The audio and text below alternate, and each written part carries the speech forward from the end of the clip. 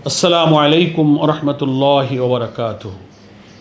अल्हम्दुलिल्लाहि रब्बिल आलमीन वस्सलातु वस्सलामु अला सय्यिदिल मुरसलीन व अला आलिहि व सहाबिहि अजमाइन।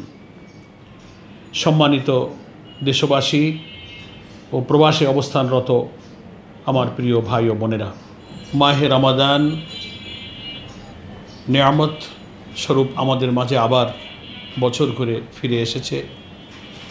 রহমত, মাগফিরাত এবং নাজাতের এই মাস একজন মুমিনের জীবনে তার জীবনকে বরকতময় করা, মাগফিরাত এবং ক্ষমা পাওয়ার জন্য আল্লাহর কাছে আকুতি জানানো এবং জাহান্নামের আগুন থেকে নিজেকে রক্ষা করার এই নিয়ামতের মাস আমাদের হায়াতের মধ্যে এবারও আমরা ভাগ্যে পেয়েছি বলে মহান আল্লাহ তাআলার দরবারে আমরা সবাই শুকরিয়া জানাচ্ছি, আলহামদুলিল্লাহ। সম্মানিত দেশবাসী ভাই ও বোনেরা, মহান আল্লাহ পাক মাহে রমজানের রোজা যে ফরজ করেছেন, প্রধান উদ্দেশ্য সম্পর্কে আল্লাহ তাআলা কোরআন মজিদে ইরশাদ করেছেন, আউযু বিল্লাহি মিনাশ শাইতানির রাজীম, বিসমিল্লাহির রহমানির রহিম। ইয়া আইয়ুহাল্লাযীনা আমানু কুতিবা আলাইকুমুস সিয়াম কামা কুতিবা আলাল্লাযীনা মিন ক্বাবলিকুম লাআল্লাকুম তাত্তাকুন। প্রিয় ভাই বোনেরা, এই আয়াতে আল্লাহ তাআলা রোজাকে ফরজ করার উদ্দেশ্য সম্পর্কে বললেন যে, হে ঈমানদার লোকেরা, আমি তোমাদের উপরে রোজাকে ফরজ করেছি যেমন পূর্ববর্তী লোকদের উপরে ফরজ করেছিলাম।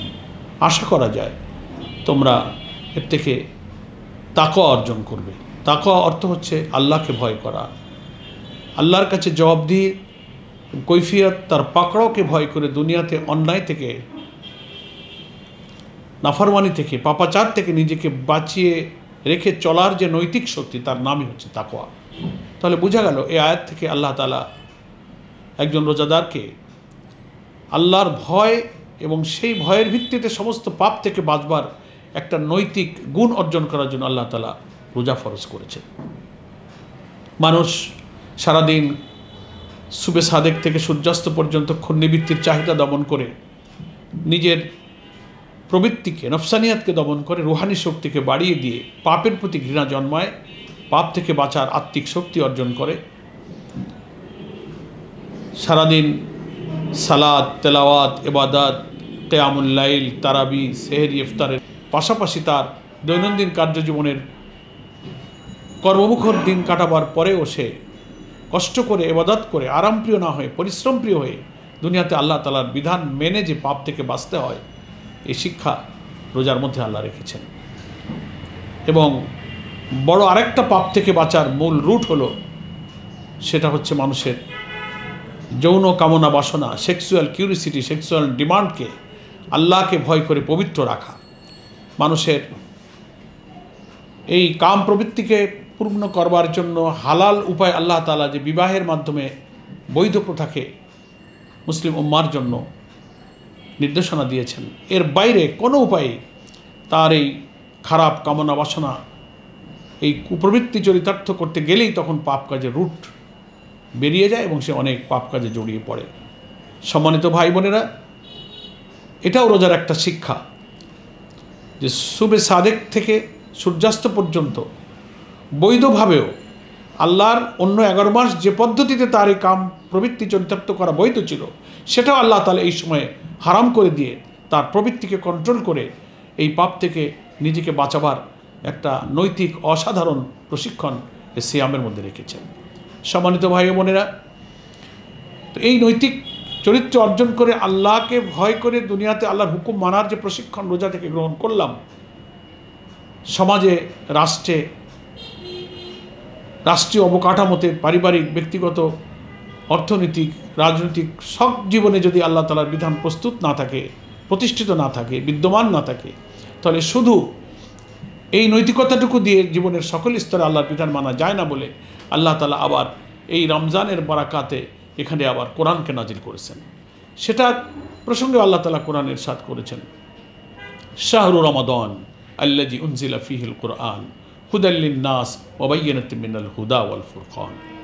আল্লাহ পাক এখানে বলছেন, রমজান মাস এ মাসে, যে মাসে আমি কোরআন নাজিল করেছি, এবং এটা হচ্ছে মানুষের জন্য জীবনযাপনের বিধান এবং সুস্পষ্ট বিধিবিধান উপদেশাবলীতে পরিপূর্ণ এবং সত্য মিথ্যার পার্থক্যকারী। তাহলে এই বিধান আমাকে দুনিয়াতে জীবনের সর্বস্তরে প্রতিষ্ঠিত করলেই রোজা থেকে অর্জিত এই তাকওয়ার গুণকে কাজে লাগিয়ে আল্লাহর বিধান মেনে পূর্ণ মুমিন হওয়া যায় বলে আল্লাহ তাআলা এই দিনকে আবার সমাজে, রাষ্ট্রে প্রতিষ্ঠিত করার জন্য নির্দেশ দিয়েছেন। এই জন্যই সূরা বাকারার এই অংশেই আবার শেষের দিকে আল্লাহ তাআলা বলছেন যে রোজাকে আমি ফরজ করেছি শুধু সেহরি, ইফতার এবং রোজার বিধান পূর্ণ করা তো উদ্দেশ্য আছেই, সাথে সাথে দিনকে বিজয়ী করে আল্লাহর রুবুবিয়াত প্রতিষ্ঠা করাও কিন্তু এ রমজানের, এ কোরআন নাজিলের আরেকটা উদ্দেশ্য। সেটা আল্লাহ তাআলা বলছেন এইভাবে যে ওয়ালি তুকমিলুল ইদ্দাতা ওয়ালি তুকাব্বিরুল্লাহ আলা মা হাদাকুম ওয়া লাআল্লাকুম তাশকুরুন।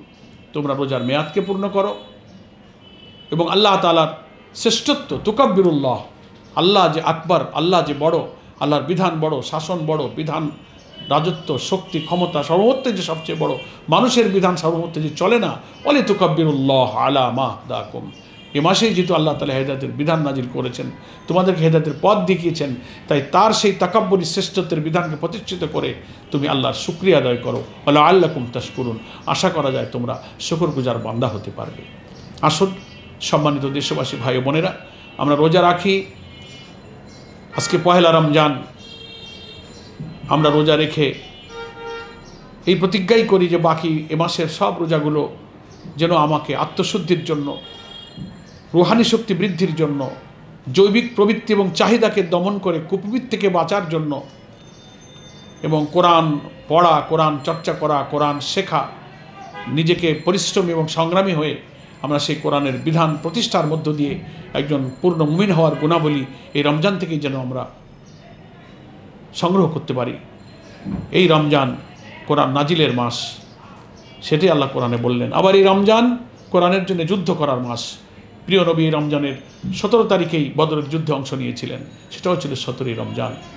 আবার এই রমজান কোরআনের বিজয়েরও মাস।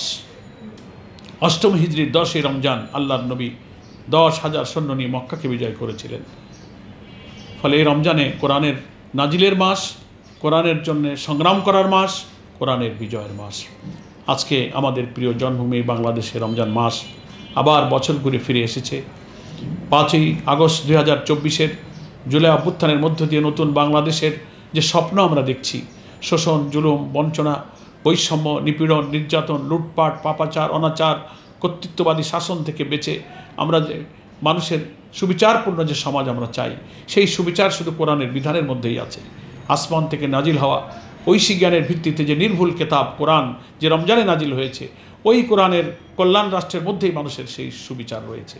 আমাদের সোনার ছেলেরা, কলিজার টুকরা সন্তানেরা যে রাজপথে স্লোগান দিয়েছিল জুলাই অভ্যুত্থানে, উই ওয়ান্ট জাস্টিস, সেই জাস্টিস, সেই সুবিচার হচ্ছে কোরআনের মধ্যে, ঐশী জ্ঞানের মধ্যেই রয়েছে সেই সুবিচার।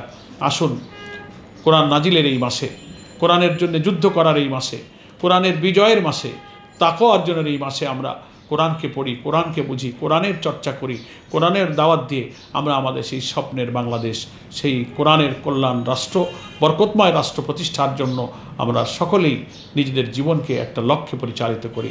মহান আল্লাহ তাআলা আমাদের সকলকে সেই তৌফিক দান করুন। আমিন। ওমা তৌফিক ইল্লা বিল্লাহ। হাযা মা ইনদি ওয়াল ইলমু ইনদাল্লাহ আলাইহি তাওয়াক্কালতু ওয়া ইলাইহি উনীব। আসসালামু আলাইকুম ওয়া রাহমাতুল্লাহি ওয়া বারাকাতুহু।